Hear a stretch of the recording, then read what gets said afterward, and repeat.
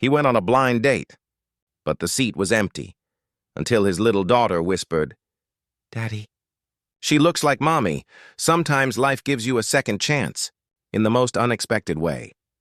After losing his wife 3 years ago, David finally agreed to a blind date, just one evening to try and move on. But what he didn't know was that this night would connect two broken hearts from the same tragedy, and it would all begin with his daughter's whisper, "Daddy."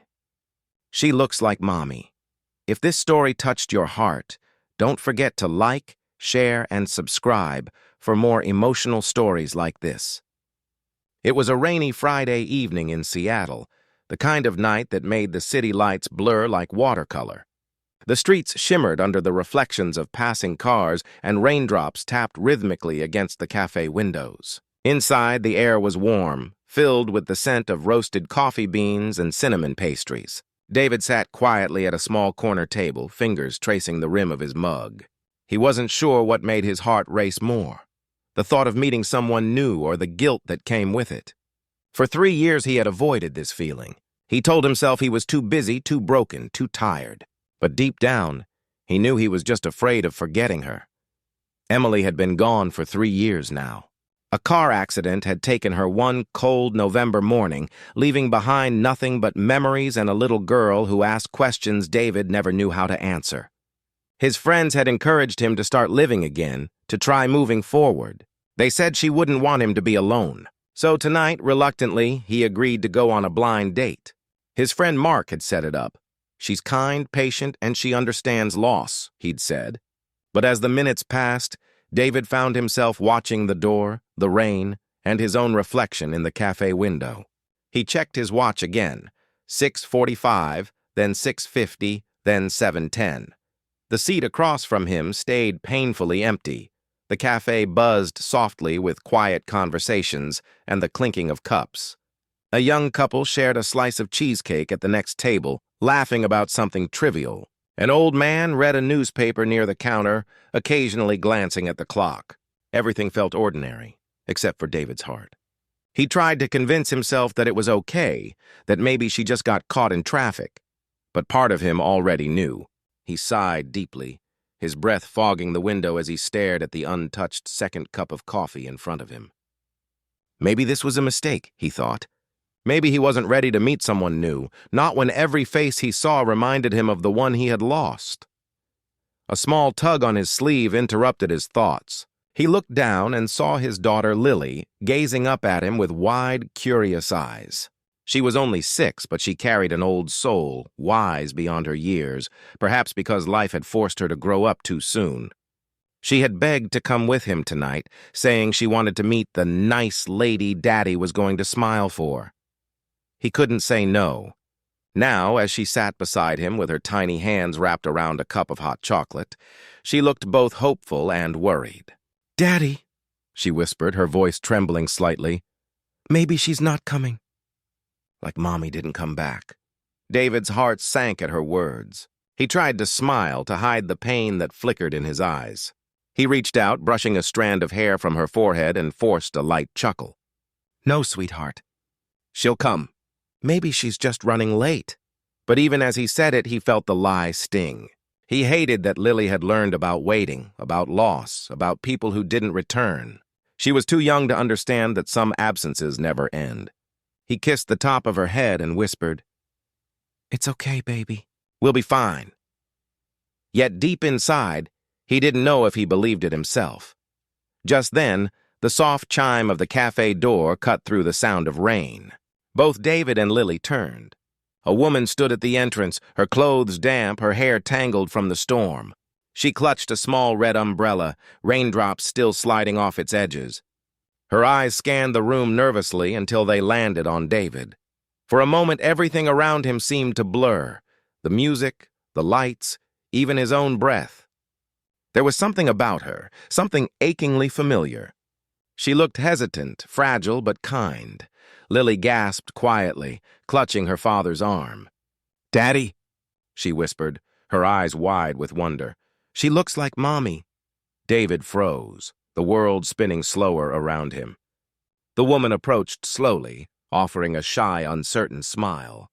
And in that instant, as the scent of rain and coffee mingled between them, David felt something stir, a fragile piece of his heart waking up again. The woman hesitated before walking toward their table, brushing raindrops from her coat. Her nervous smile trembled as she spoke. "Hi, are you David?" Her voice was soft, cautious, almost musical. David stood quickly, his chair scraping slightly against the wooden floor. For a moment, he couldn't find his words. There was something about her presence that stirred something deep inside him, a strange sense of recognition that made his chest tighten. "Yeah," he managed, forcing a smile. "You must be Claire." She nodded, relief flickering in her eyes as she tucked a strand of wet hair behind her ear. For a heartbeat, the world seemed to pause.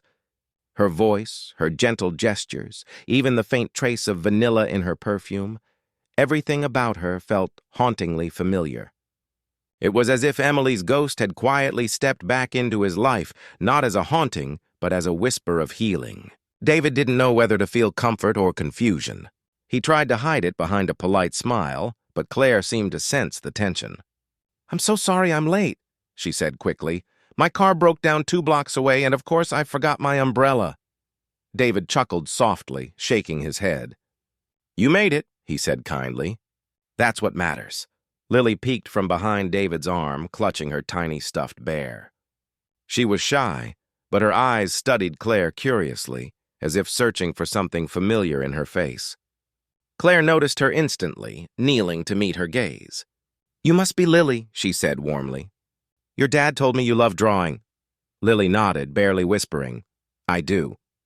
Claire smiled. "What do you like to draw?" "Mommy," Lily said simply. Claire's expression softened. "She must have been really special." Lily hesitated, her little voice trembling. "You sound like Mommy." The words hung heavy in the air. David froze, his throat tightening. Claire blinked rapidly, her eyes glistening. For a long moment, the cafe fell silent except for the sound of rain softly hitting the window. "I'm sorry," Claire said finally, her voice breaking. "I didn't mean to," David interrupted gently. "It's okay." She nodded, taking a shaky breath before speaking again. "I lost someone too," she admitted quietly. "My fiancé. 3 years ago." David's heart skipped. 3 years ago? She nodded again. "Car accident. Near Green Lake." David's blood ran cold. That was the same accident that had taken Emily's life. For a moment, time seemed to stand still. He stared at her, searching for words that didn't come. The cafe around them blurred, the hum of conversations, the sound of cups clinking. It all faded into a distant hum. "I'm so sorry," Claire whispered. It was raining that night. "I was driving home from work when it happened. I never saw the other car." Her voice cracked under the weight of memory. David swallowed hard, his heart pounding. "Emily was in that car," he murmured almost to himself. Claire's eyes widened as realization dawned. Tears filled her eyes instantly. "Oh, God," she breathed. I never knew her name. I've lived with that night for years, wondering who I hurt, who I couldn't save." David's hands trembled as he looked at her. Part of him wanted to walk away, but another part, deeper, quieter, recognized her pain.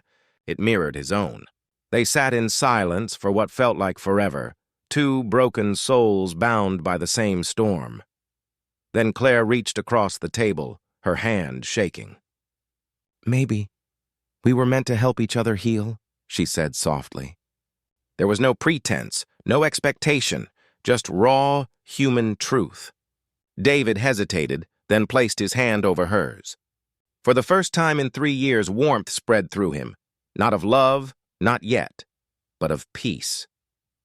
Lily watched quietly, sensing something sacred unfolding. She leaned closer to her father and whispered, "Mommy would be happy. Daddy." David's eyes glistened as he smiled down at her. Outside, the rain began to fade, replaced by a soft silver glow as the clouds parted. Light spilled through the window, reflecting off the coffee cups like tiny stars. In that gentle moment, surrounded by memories and forgiveness, David felt something shift. Maybe this wasn't about replacing Emily or forgetting the past. Maybe it was about learning to live again, about letting love return in an unexpected form. As Claire wiped her tears and smiled faintly, David realized that sometimes the people we're meant to meet arrive not to fill a void, but to remind us that life still has more to give. And for the first time in years, he truly believed it.